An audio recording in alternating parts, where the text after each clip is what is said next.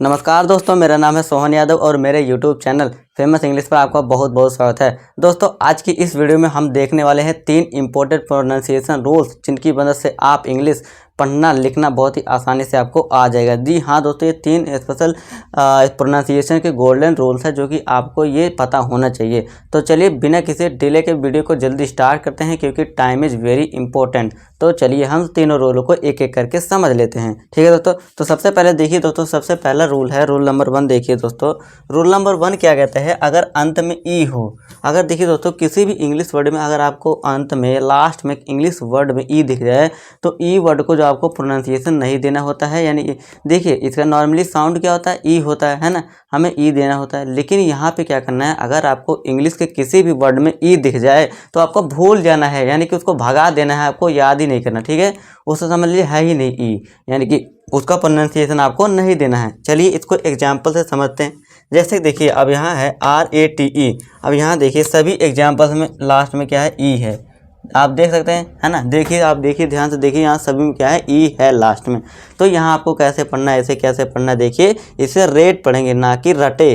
ठीक है तो वैसे देखा जाए तो लॉ के हिसाब से, है ना, नियम के हिसाब से तो रटे हो जाएगा, लेकिन अब यहाँ पे हम इसे क्या पढ़ेंगे, रेट पढ़ेंगे ना कि रटे। ठीक है दोस्तों, फिर नेक्स्ट है वोट। अब यहाँ देखिए ई है तो यहाँ भी हम क्या करेंगे, ई को हम भूल जाएंगे, साइलेंट कर देंगे और इसे क्या पढ़ेंगे, वोट ना कि वोटे।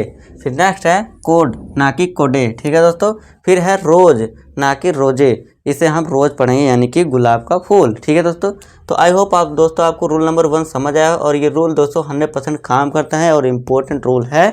आई होप आपको समझ आया होगा और इसे आप कॉपी में भी नोट करते रहिए और नोट बनाते रहिए। चलिए अब हम रूल नंबर 2 की तरफ बढ़ते हैं। देखिए दोस्तों, रूल नंबर 2 क्या है, अंत में आई की जगह वाई का प्रयोग।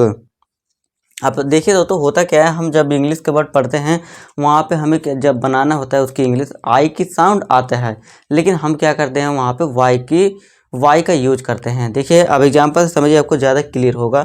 अब जैसे देखिए दोस्तों, मान लीजिए थ्योरी लिखना है, यहाँ पे देखिए लास्ट में क्या आ रहा है, आई का साउंड आ रहा है, लेकिन सभी में क्या है, सभी में देखिए आई की साउंड आपको सुनाई देगा बोलने पर, लेकिन वहाँ पे क्या यूज हुआ है, वाई आया है। तो ऐसा क्यों हुआ है, क्योंकि ये रूल है दोस्तों, अगर आपको आई की जगह पे, अंत में आई की जगह पे वाई का यूज करना होगा अगर आपको अंत में आई का साउंड आए। ठीक है दोस्तों, इसमें क्या पढ़ेंगे हम, जैसे थ्योरी, यहाँ क्या आ गया वाई, फिर है स्टोरी वाई, फिर है पार्टी वाई, फिर है बॉडी। ठीक है दोस्तों, बॉडी। ठीक है दोस्तों, तब यहाँ पे आई की जगह है वाई का यूज हम करेंगे। ठीक है दोस्तों, आई होप आपको दोस्तों ये रूल नंबर 2 भी समझ आया होगा। चलिए अब हम रूल नंबर 3 की तरफ बढ़ते हैं। तो रूल नंबर 3 क्या है दोस्तों, ध्यान से देखिए, लास्ट रूल है बट नॉट द लीस्ट, इसको ध्यान से समझिए। अब देखिए ये क्या है, क्यू के साथ यू की दोस्ती। जी हाँ दोस्तों, अब क्यू के साथ हमेशा एक दोस्ती रहती है, ये दोस्ती अपनी तोड़ते नहीं हैं। जी हाँ दोस्तों, ये दोनों बिल्कुल जय और वीरू की तरह हैं, जैसे उनकी दोस्ती नहीं टूटती है ना, उसी तरह ये क्यू और यू भी हैं। ठीक है दोस्तों, तो ये क्यू जहाँ भी लगेगा, जहाँ भी आएगा क्यू वहाँ पे हमारे यू भी आएगा। बिल्कुल जय और वीरू की दोस्ती की तरह ये दोस्ती अपनी निभाते हैं और कभी दोस्ती तोड़ते नहीं हैं। तो इसे क्या पढ़ेंगे हम, क्वाइट।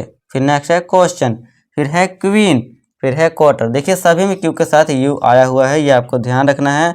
तो वहाँ पे हम इस तरह अब इंग्लिश को पढ़ेंगे। ठीक है दोस्तों, तो आई होप आपको सभी दोस्तों सभी ये तीनों रूल समझ आए होंगे।